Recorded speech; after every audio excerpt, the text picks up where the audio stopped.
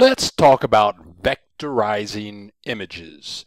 Yes, images are pixels, but anything that you can make a vector is going to print really great with really sharp edges, and you can make it really small for a business card or giant for a Mack truck logo. So if you can vectorize an image, specifically a logo or some part of your design, so once it's vectorized, it's totally scalable and you can use it again and again and again in many different projects. But there are considerations, and vectorizing images, sometimes you're not sure what's going to happen. So in the world of Adobe Illustrator, they call vectorizing images trace bitmap. And so you have various options. You can do it in black and white, 3 colors, 16 colors. And then after you vectorize it, many times you have to go in and do some really strange cleaning up, and that's what we're going to do now. So here we go. Let's go into Adobe Illustrator. Usually in my videos, I already have a nice clean file open and ready to go, but I wanted you to be able to see this right here, this Salvador Dali painting. I love Salvador Dali, and we just did some renovations in our house down here in Lake Chapala, Mexico, and I wanted a Dali. So I got on the internet, found a Dali. The image was only like 6 inches by 6 inches, but I scaled it up in Photoshop. Then I brought it into Illustrator and vectorized it, and I made it like 3 foot by 4 foot. Took it to a printer. Now that's copyrighted material, so in the United States you can't do that. And I wanted to get it printed out on canvas, and I took it to a special place down here in Lake Chapala. And the first thing the lady asked me was, "Now, you're not going to sell this, are you?" I said, "No, I'm just going to put it in my dining room. That's it." But anyway, it came out really good. It was a vectorized image, and I could upscale it to the size that I wanted, and it printed out great. So let's open a new file and let's do some vectorizing of images in Adobe Illustrator. So here we go. I'm going to go File, Place. Okay, let's find the appropriate folder. Here we go, Batman. Sure. And I just found this on the internet. There we go. Okay, and we've got the X going through the image, meaning that it's not really there, so I'm going to click Embed. Now the image is really there. So the next thing that I want to do is vectorize this thing. And notice in that I have the black arrow tool selected. If I can click away to deselect, I click to select, and then right here it says image trace. Now, before I do anything, I want to call this layer image. Then I'm going to make a new layer. Okie dokie, and I'm going to call this layer background. Okie dokie. Choose my rectangular selection tool, and I'm just going to make this a dark purple maroon and draw a rectangle in here. Okay, now I didn't put that in the layer, I put that in the image layer, so I'm going to go Edit, Cut, select the background layer, and then I'm going to go Edit, Paste in Place. And Paste in Place puts it exactly where you copied or cut it from. Now, notice that the Batman logo actually has all of this white around it and then white inside it. So we're going to vectorize this, but I don't want all of that white in there. So here we go. I select the image and I'm going to click Image Trace. Then you get these options. The apparent option is black and white logo. But vectorizing images with complex images, and when I say complex, it's a regular photo out of your camera with a picture of you and your grandma sitting in front of the park. Many times that doesn't work out so well. So many times you just have to come in here and click. That would be a high fidelity photo situation. So many times I'll bring some art in and I'll click an option and see what happens. And if it's no good, I'll just go Edit, Undo. And that takes it back. Then you can try another option. But for our purposes, I'm going to go down to black and white logo.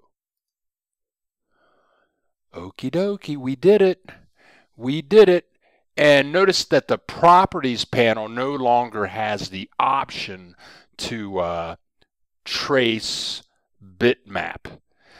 Okay, but the thing is, I don't want all this white square around the logo, and I don't want the white inner portions. All I want is the circle and the bat. So here's what you have to do. In the Properties panel, now what we have to do is free up the vectors, because what has happened here is this whole thing in the vectorization process has become grouped. Let's go over here and look in the Layers panel. It doesn't look like anything is really going on, but what we have to do is we have to expand the vectors so that we can control them individually.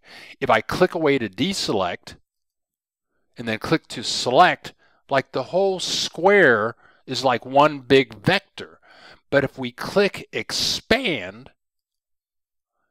now it's kind of hard to see. Let's change the color of these blue lines that show you what's selected. I'll double click and I'm going to make those things red. Oh, maybe yellow so you can see better. Okay, you can see everything going around there.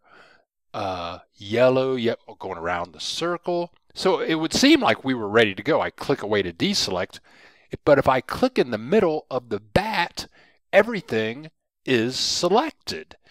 And I can't get rid of stuff, but notice in the Layers panel, now it says this is grouped. And I can come down here and I've got compound paths. You know, this still isn't what I want. So what you have to do with this still selected, you come up here and go to Object, Ungroup. Okay, and I'm paranoid, so I come in and I ungroup until ungroup is grayed out and I can't ungroup anymore. Now we're ready to go. Now if I click on this area here, the white outer portions, and hit delete, it goes away. If I click this white intersection, I click and delete, and that goes away. This is exactly what I want.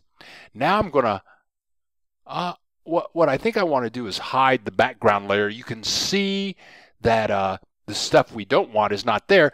These are all individual vectors. So I can come in here and make this like navy blue.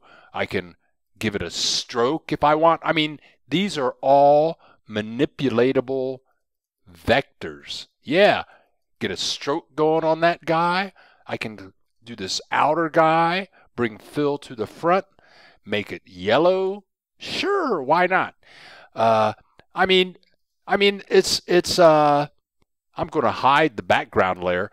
So now I have a group of vectors that I can control, and let's zoom in on this sucker. Woohoo!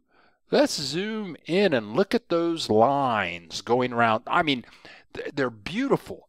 There's no pixelization. There is no pixelization, and you are good to go. Now I'm going to double click the hand tool in the toolbar so I can see the whole thing. I mean, that's the beauty of vectorizing something, because now I can make it 10 times bigger than this. No distortion. I can make it 10 times smaller, no distortion, and I can recolorize all the vectors with fill and stroke any way that I want to. So I'm going to make this smaller. In most graphic applications, to do what I just did, scale that sucker down like that, like what I did was to maintain aspect ratio, if I hold the shift key down and drag inward or outward from a corner, that will maintain aspect ratio. And you need to do that in Illustrator. So that's there, but I want to bring in another image. I'm going to go File, Place, and I got this beach here that I cropped. It's only like 400 by 400 pixels. You can see that it is not really there, so I'm going to click Embed. And I just wanted to, I haven't done this with this image, but an image like this, let's see what happens. I'm going to go Trace Image. This would definitely be a high fidelity photo. I'm going to give that a click. And then Illustrator is doing a lot of work, and that's not too bad. Let's zoom in and see what kind of quality we have here. Yeah, it's kind of surrealistic. If you zoom in, you can see what's going on. It is usable, but you know, it's the kind of thing that you have to experiment with and see what is acceptable. So 2 color images, black and white images, maybe 3 color images, but with real life photos, you're really not sure what's going to happen, so you have to experiment and see what will be acceptable for the projects that you are working on.